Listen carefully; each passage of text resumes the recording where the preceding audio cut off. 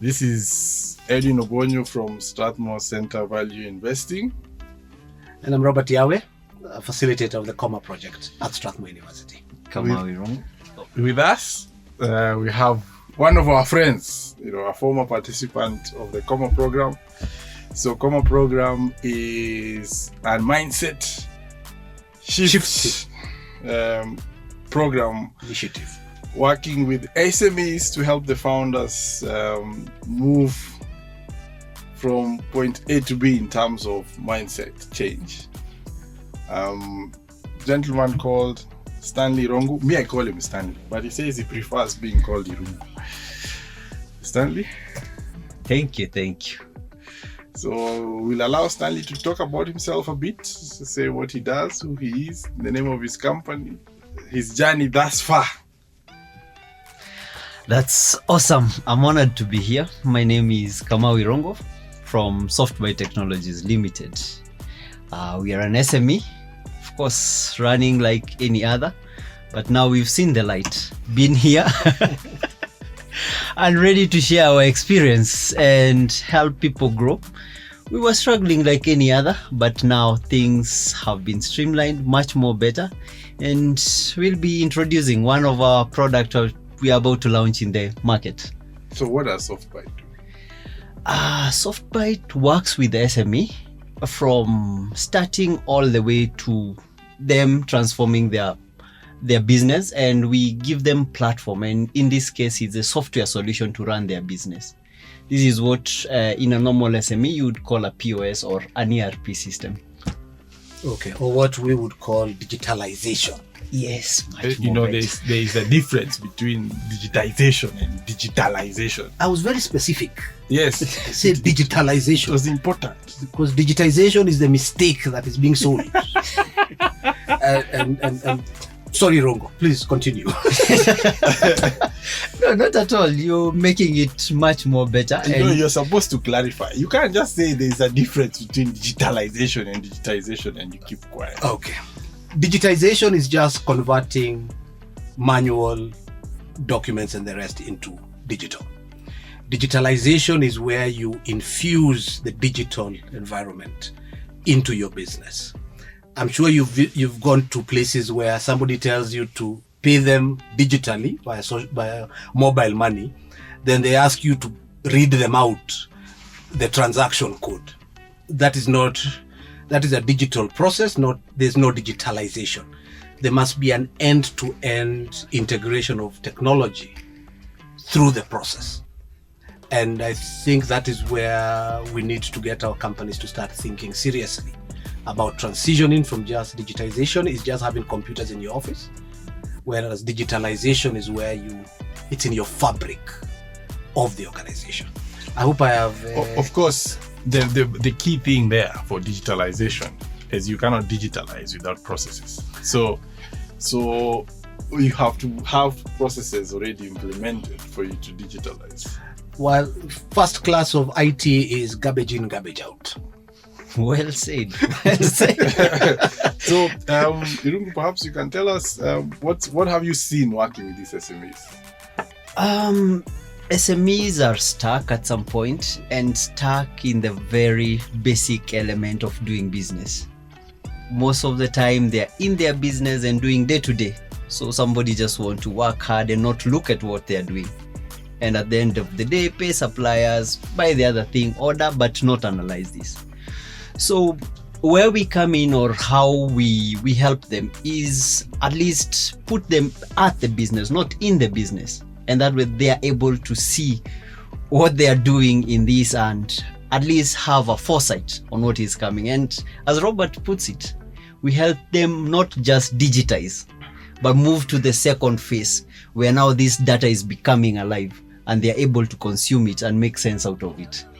So that is the space we are in, and we pride ourselves in ensuring that SME are alive. So when they get your POS system, what kind of transformation will happen in their business? What kind of are their reports? What happens once they get this POS system from SoftBite? First off, the most basic thing is the checkout process. Most SME, you will find they have a tedious checkout process, and that starts from the ordering spot.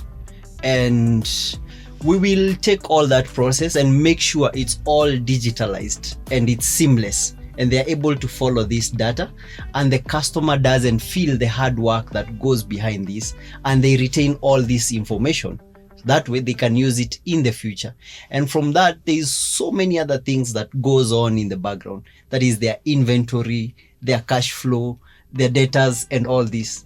In this very simple process, and in them doing just the basic, we are able now to give them a platform that they can ride on and really see the effect of what they are doing without really being caught up.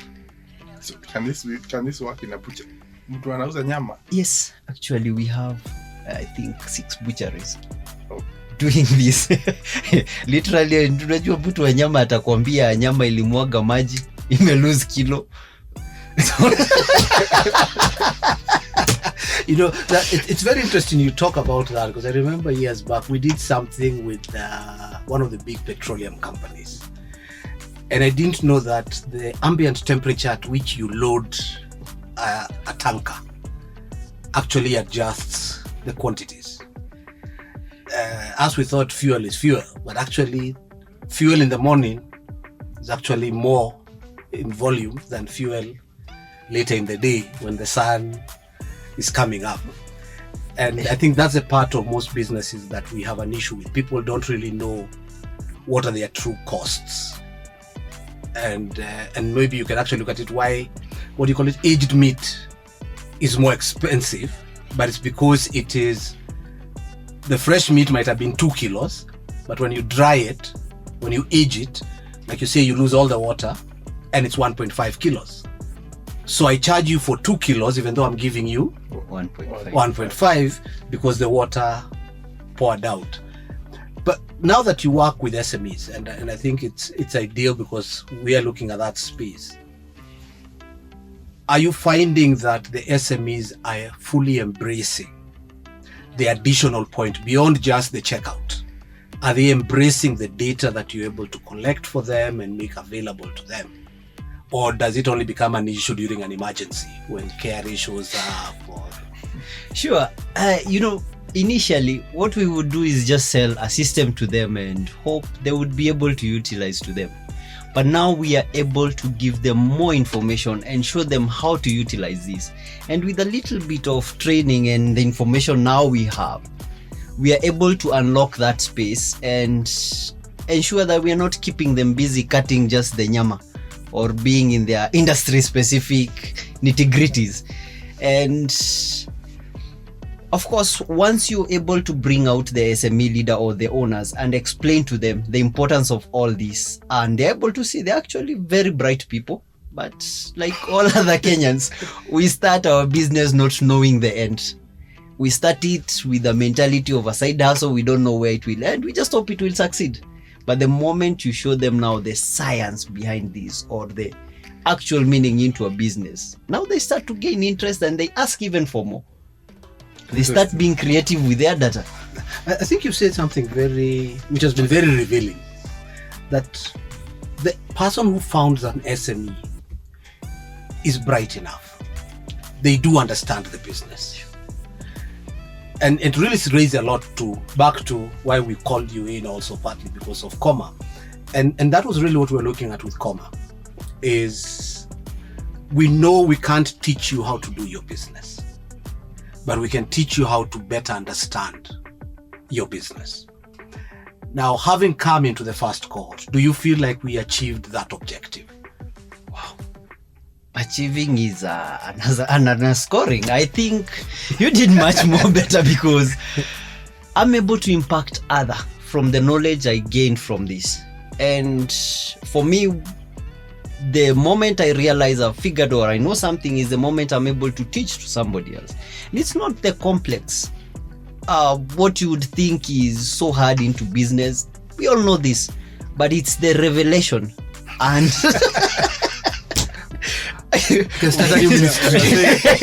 we are changing. But just before she goes on, just to explain what KOMA is. So when we started, KOMA, by the way, is Kiswahili for comma, like in English, when you're putting comma in a sentence. So we realized we need to now we just use the comma in English and put it in Kiswahili. And we were saying that it's a journey. And so the sentence is like symbolic for the journey. And before you get there, you might have to put a comma somewhere. And so the comma in this case is to show you that we can help you on your journey, to get to wherever you are. But the key thing here is you have to know where you are. And you raised something interesting, which was you said some of the SMEs sometimes don't know where they want to go. They just start it as a side hustle, and then want to figure it out as they go. And KOMA was really to help address that, because it's more about the mindset shift. That, listen, you need to be able to see where this company goes and start thinking of how to take it there, right? So it's interesting that you're also saying that at least there was some. Before you actually, I think what you've missed out, Edwin, is what's a comma?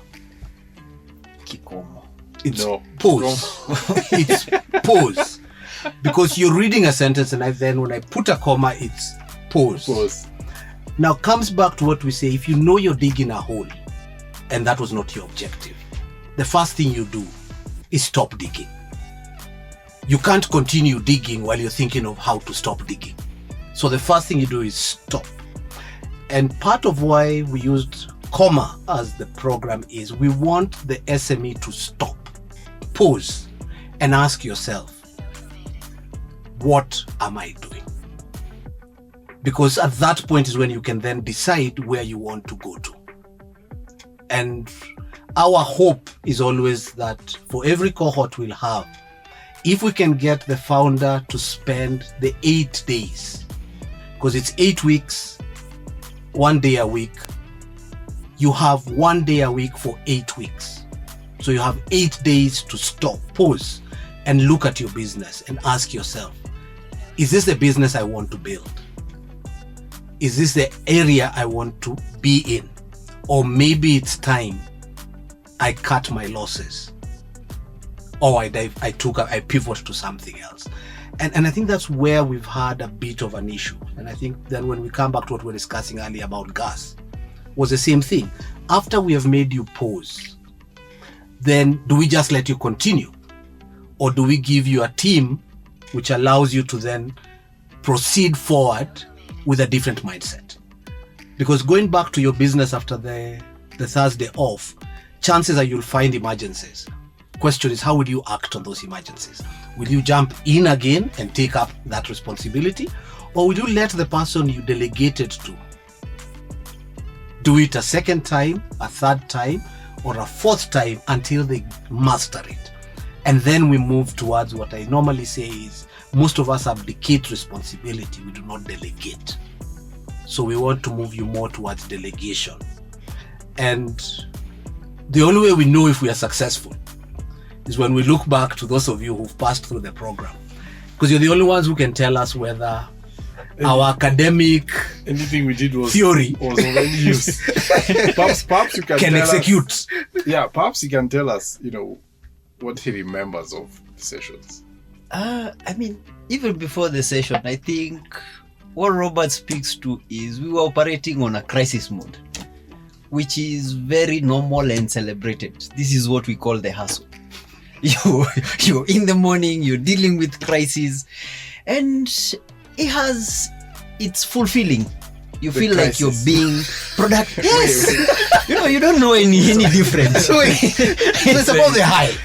It looks like It's about people the are high. happy. You Happy And I in think the that's crisis. yes. at the end of the day, you are busy, you're seeing numbers changing, and it makes so No, Irungu, that's very revealing. Because the question we always get is, once I have delegated, then what do I do? What next? What next? And I think that makes a lot of sense, because I was in it for the adrenaline. I know. And the first question I asked when I was told you can take a 3 months break is, and do what? What are you doing with 90 days? So, that space you This was have before yes, KOMA. before KOMA. Okay. I mean, when we were in class, and one of the thing was, if you can't leave your business, this is what was taught. For 3 months, you don't have a business.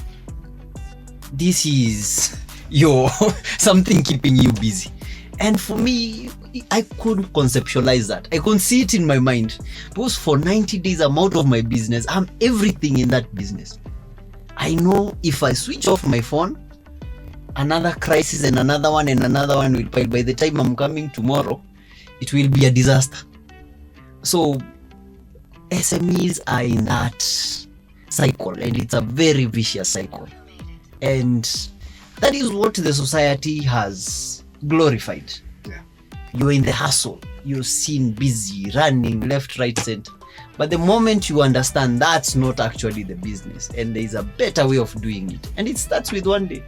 That Thursday might seem like very little, but by the time I was finishing that, I mean, nothing seemed that big to me. I would trust my people some more. Right now I have 3 different teams in the field, and I'm okay. They'll handle it. Okay. and I guess this came through the journey within KOMA. So for the listeners, what should they expect for the sessions of KOMA?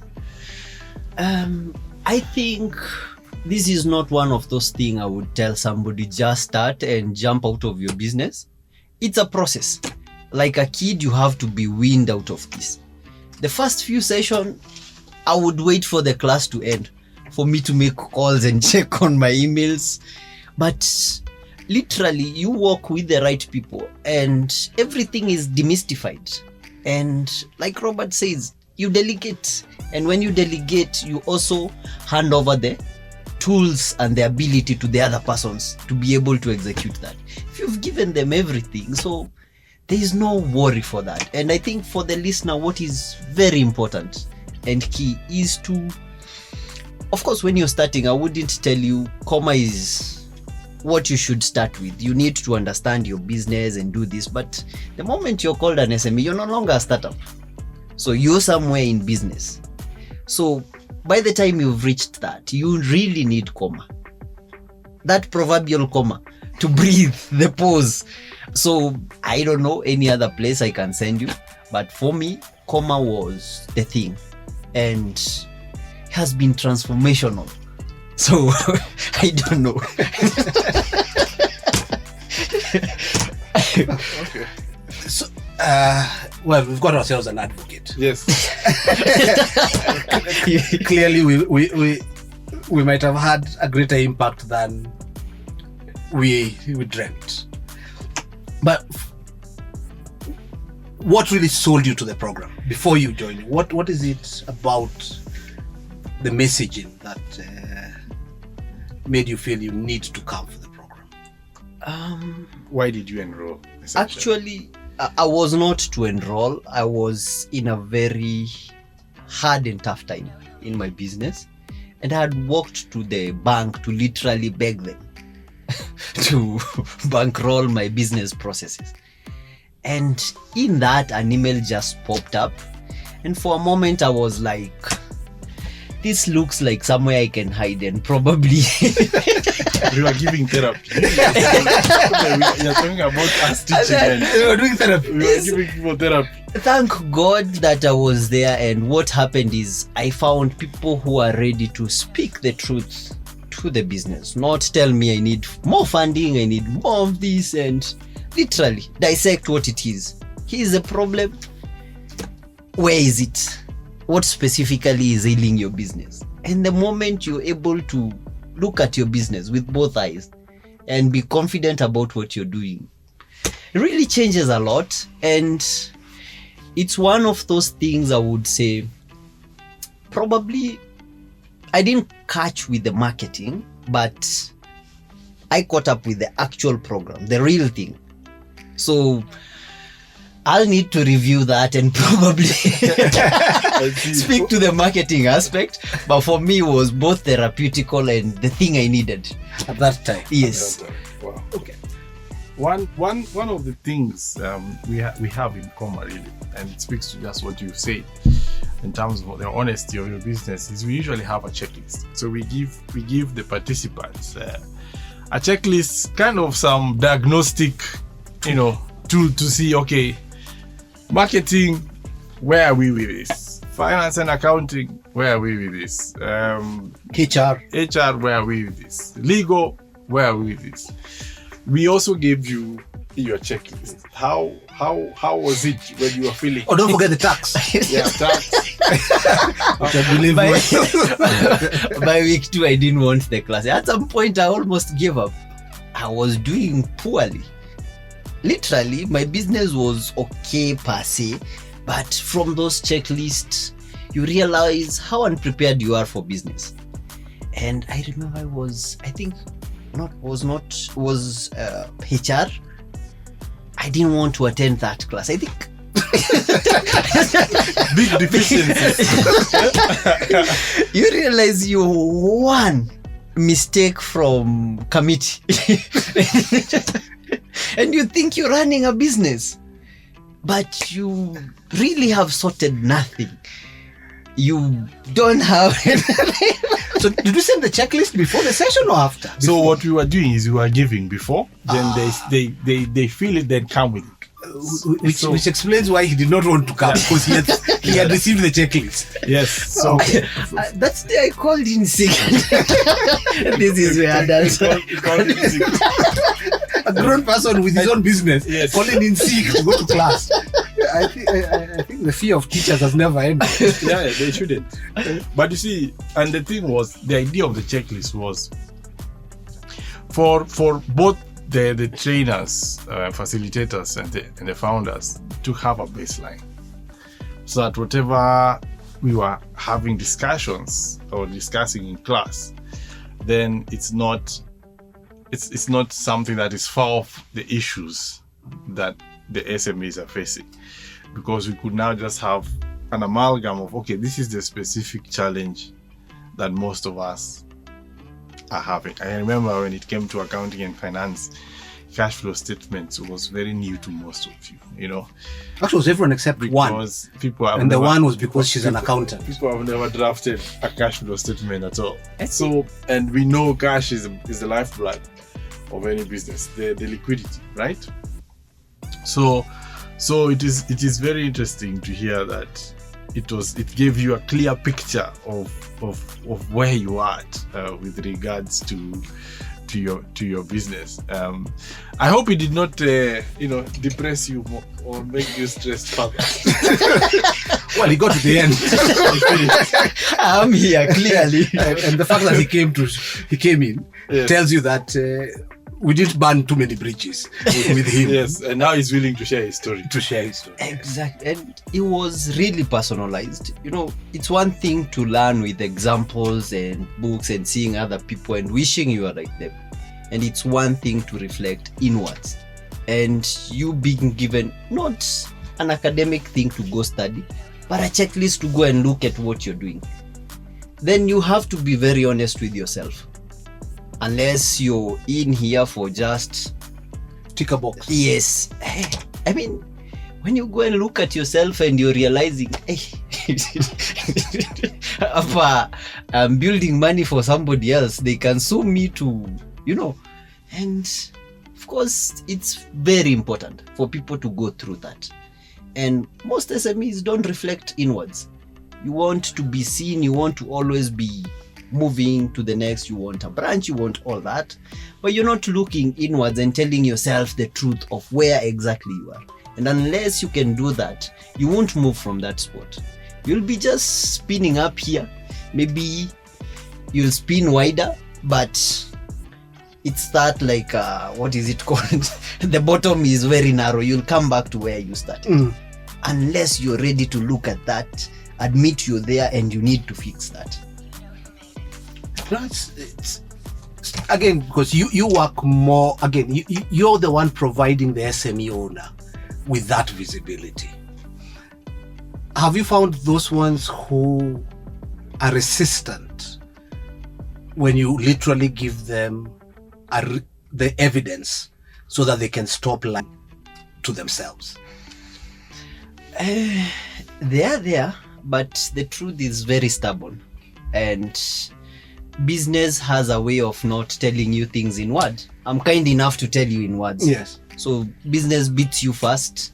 You have bouncing check with your suppliers and all this, and you have to come to the realization. And literally, it has made even the marketing of the system quite easy, because now we are not speaking about the features we have and what we can do.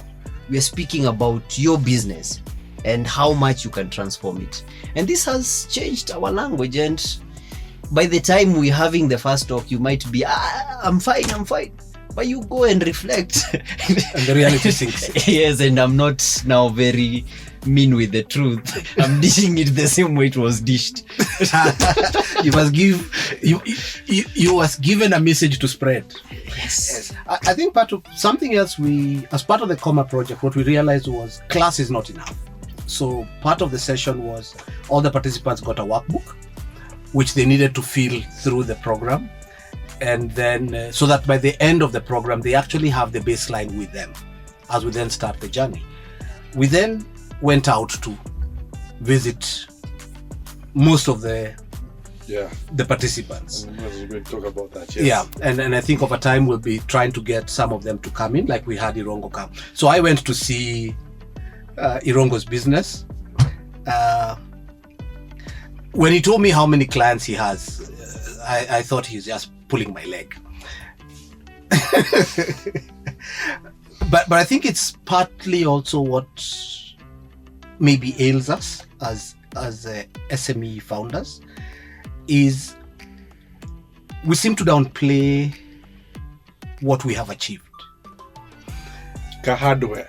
Okay, I ran a hardware. A school. Yes, and I think it's just on the same, because Edwin is diverting me a bit, was with the other program we were doing with Raymond, the family business one, is somebody comes for the program and they say they run a small farm. Then we go to visit them. And during the conversations, we find out there are 5, 6, 7 other businesses. And you were thinking all along, this person has one business. But literally they have a number of businesses, and what they should be thinking about is setting up a group. And the businesses were not small. But when you meet the person, they talk of the business like it's what they started 20 years ago. But we digress again.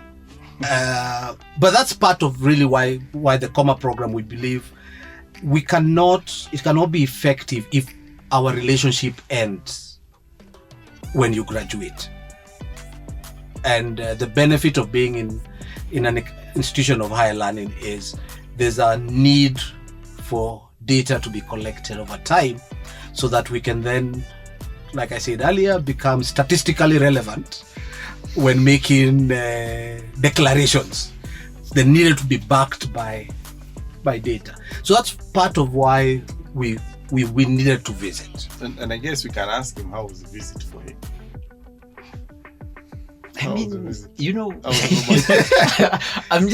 Before he came, I thought I'm too small, and that is the standard mentality. I think as Kenyan, we are conditioned like that. We have to look at ourselves. And it's until he talked me into all this and seeing the actual thing we have, which has transformed our idea of what we are doing. And I was like, in this our small office, where we are just a few people trying to do something, but the moment you get somebody who can actually help you get out of that mindset and really view your business for the impact it's causing in society or what you're doing in society, then you view it differently. Because as you said, the person looking at the 7 business is not far-fetched. They're looking at it with the mindset of a Kenyan. I am a small business person hustling and no Kogeria. Trying. Yes. Now, when I visited, I remember you introduced your team. And one of the people you introduced me to was your GM. Did he get the title before or after the program? And is he a GM? Was that the title? Yeah. He's a general manager. He's a general manager, yes. Okay. Actually, during the program, in the course of the program. Yes. And what happened is I thought we need somebody from outside to come and manage us, and probably with paper and experience. And in the same class, we had a conversation. I think we sat down with you by the time I was looking for Microsoft and all these, and grow your own people. You have capacity and all that. It didn't take long. Initially, he would make mistakes, but the moment he saw I'm not coming to bail him out, He found solution. he found solution, and things progressed. And where we are at right now, he comfortably answers to that name. So what is his role currently as we speak, 2024 August? Literally, he has a role, but as it stands, the general management of the business, I am not involved in. Okay. So what are you doing now? If he's doing that, what is he doing? What are you doing? Sorry. I check in and look at the statistics and the numbers. That can't lie. And what I provide is an overview, strategic direction to the company. By the time I was joining in, I was so caught up in the ordering from supplier, I don't know, doing what to who. And these are things other people can do. But right now I feel so comfortable, and we're making so much progress because I'm able now to look at our big vision and where we need to be, and also analyze at our health, because that is where I lie in. Of course, I know what needs to be done in the business, and they can't come to me with story, but I am not there. I'm not doing that every day. I'm allowing somebody else to also do that, because again, I realize I am the ceiling in that business. If I don't rise up, no one can go anywhere. So I am moving as high as I can. As soon as I find something new to do, you move further up. You move further up. I think that's very revealing. If the founder can't acknowledge that they are the ceiling, then there can be no growth. Because unless the founder grows, then really no one else can grow. So it's quite eye-opening. And thanks for sharing. Anytime, it starts with one Thursday. One Thursday. And also the issue of empowering as well. I guess the biggest challenge is whenever even you get that GM or that COO, are they empowered enough to make the decisions while you're not there, or even while you're there? Both scenarios. I think what he says was, the problem is you don't give him the responsibility without the tools. And what are the tools really? Is him being able to do everything and everything required to execute. Mainly what we do is we give away responsibility, but then we hold. Yeah. And back to what I normally say is, I say if you as a founder are the one who still signs checks and the checkbook sits in your drawer, then you don't have an SME or a micro business. No, that is and that's the thing we are trying to do with KOMA. It's good, at least Irungu has alluded to, is we are trying to show them, or the founders, that you need a CEO or a general manager so that you can be able to look outwards in terms of strategy, in terms of the big vision and movement, where you want the company to be in year 1, year 2, year 3, year 4, year 5. It's more year 11, year 12, year 13. Yes, because you've already come to year 10. Year 10. so and the mindset shifts. And I remember one of the participants saying that after they have gone through the program, they realize they have that gap. They need a CEO for that. Because when they look inward, there was no one who could do that, manage everything, right? And that, of course, ties into what we are trying to do with GAS, which is put MBAs into SMEs so that they can take that role of CEOs or general managers. So it is quite revealing what you're saying in terms of now what the general manager is doing and his responsibilities. On the same, I think it was raised also in one of the classes, and I know what somebody was asking, so what are you asking us to do? And I told them you need to hire 4 people. 1 from internal, who is the memory of the business, and 3 external. And somebody said, what? But I'm 1. And I think that's what founders don't realize is that you're one who has grown with the business. It's almost impossible for you to get another one person who can carry the entire load. And that you have acquired certain skills over the last 5 years, 10 years, 20 years. And you need to be cognizant of that fact. And so that at times before you bring in your COO or your GM, you might need to be able to delegate off 3 or 4 activities. And then the CEO then falls in between you and that team you have created. Because you have to create the team first. So you can't remain linear. Currently, most organizations are 2 levels. Founder, everyone else. I normally call it the Bogwaf principle. Niko na hardware, niko na kindergarten, niko na butchery, you know? And that's the sad reality of most of our businesses. And I think, Edwin, we have seen enough businesses over the last 2 years to know it is the norm. And has nothing to do with turnover. We have seen businesses with a 10 million shillings turnover, and we have seen businesses with 2 to 3 billion shilling turnover. But in both cases, there were 2 levels deep. The driver sees the founder for fuel. The tea lady sees the founder for money to go and get milk. And it's because, like a camel, you have grown your hump over the years. So the weight of the hump doesn't bother you. And which is why when we tell SMEs, let go, they are wondering, what is this weight you think I'm experiencing? This is a normal weight. So that's the journey we have been really hoping we can start taking our SMEs down. And it's encouraging that what you've told us says a lot, that we are most likely doing something right. So what would, for the people who might want to enroll, by the way, we are having an enrollment program. We are having the 2nd cohort in September. So there might be people who are wondering, okay, Irungu is giving us this story, right? What should they get from this in one, to tie up the conversation? I think it would be unfair for me to give their expectation of what they should get. I think this is where you dive in, and it's like that kisima ya uhai. You have to go in the first for you to be healed, and healing is personal. One of the things I can tell you about founders is they are multi-talented.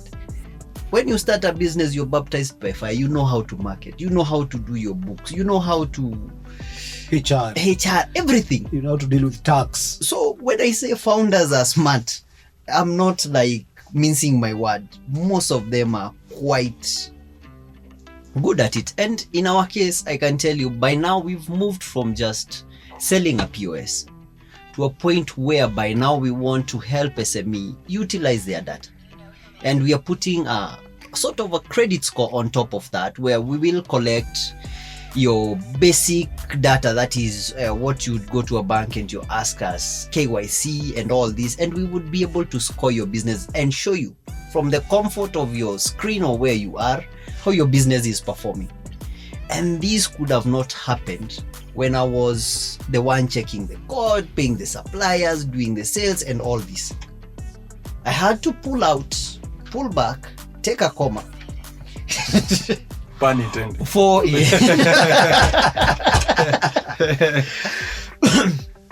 this to be realized. And again, it's not a small thing, because most founders, including me, waste a lot of our time in banking hall and all other these places trying to tell people what we are doing. What if all that could be plotted out? And you could literally look at the health of your business, the way you check on your phone to see how many steps you've done, what is your heart rate and all that.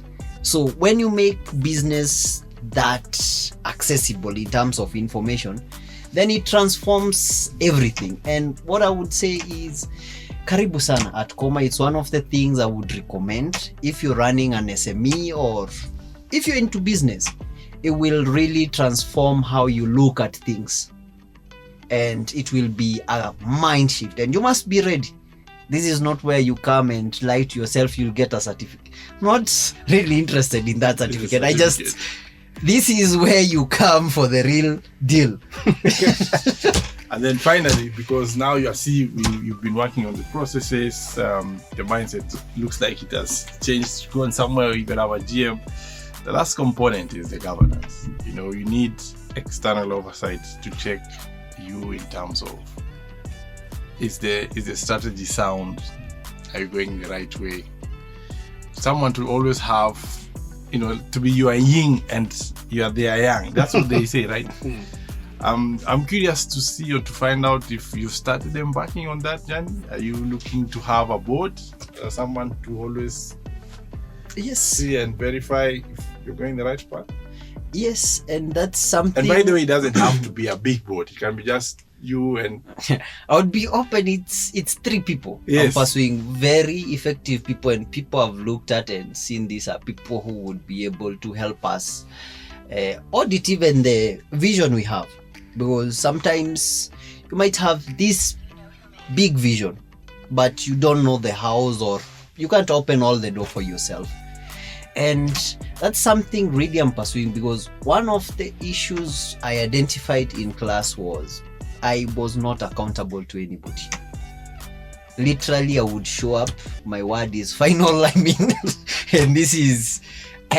I would go to no one. But the moment you feel there's somebody you have to see, or there's a board you're reporting to in 3 months, there's promises you gave and they have to come to fruition, or you have to give a reason for that, then this keeps you on check. And it's not something I'm wishing for, it's something I'm really embracing, and it's the next journey, and there is where we are.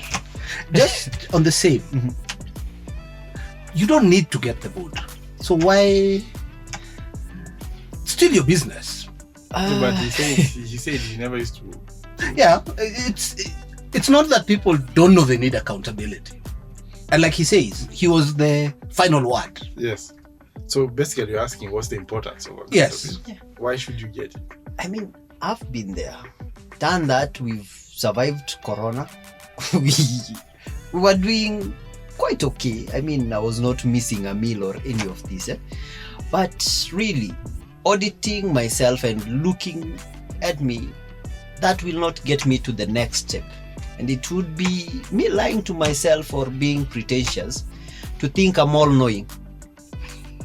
So I do not have monopoly of knowledge and all that. And every time I speak to people, not necessarily knowledgeable in the nitty-gritties of what I'm doing, but explaining the bigger picture of what I'm doing, I get corrected, I get guided, and this really puts me at a spot whereby you know to yourself and you're committing. I cannot see this person twice in 3 months. So that puts you in a very different mind space, where now it's not about just doing things, it's achieving something, is making change, is having impact, And by the time you're meeting somebody and this is not the person I will tell, I was able to add this feature and it's shiny, it's popping, and they would be like, okay, they're looking for something much more that probably at where you are is not that important, but it's what will take you to the next level. It changes your life. And to answer directly to that is, this is not about what I feel, it's about what the business needs. I'm an individual, I am a member of SoftBite. Yes. But SoftBite needs the board, not me. Personally, I think I am okay. You're okay. But SoftBite needs a board. Yes, SoftBite needs a board to get to where it needs to go. And at some point, I have come to an understanding and acceptance. SoftBite is not me. And I must reach a point where, what is the future of SoftBite? Where's SoftBite going? Previously it was just another place to just make money, to meet your bills and all that. Yes. But now it's different. It's not a bill paying machine. So that's a good one. It's no longer a bill paying machine. Okay. So that is very great to hear. As I said again, we have a new intake in September. You've just heard from Bwana Stanley Irungu, who was in the first cohort. They call it what? Pioneer of the KOMA program, which is in the Strathmore Centre of Value Investing, in conjunction with Absa Bank. I'm sure you bank with Absa. Yes, still there. Actually, I was there the other day. Yeah? Yes. So if you are interested in the program, please reach out to scbi@strathmore.edu or edwin@strathmore.edu. You can also reach out to. I think for that is reach out Absa, to your Absa, relationship manager in Absa Bank. Yes, if you're with Absa Bank. In any branch, you can reach out to your relationship manager, and then they link you up to the business club personnel, and they'll link you up to all the details of the program. Thank you so much, Irungu, for having us, or for us having. Which one is it? Us having you. Thanks, Irungu. And Thank you so much. Quite And we look revealing. forward to future engagements. Working together with one part of the reason we started KOMA also was for it to be, as you said, more long term. So we see we can help you also now get that board ready and running. Sure. Actually, not very interested in graduating. This is That's a very just feedback. So it's a very good place to be in, and for the next cohort, I'd really advise them to be in and make that change. Sometimes you make that step for you to feel it. There is no amount of telling you how much it's worth without you being in there. Thank you so much. Thank you, Irungu. Anytime.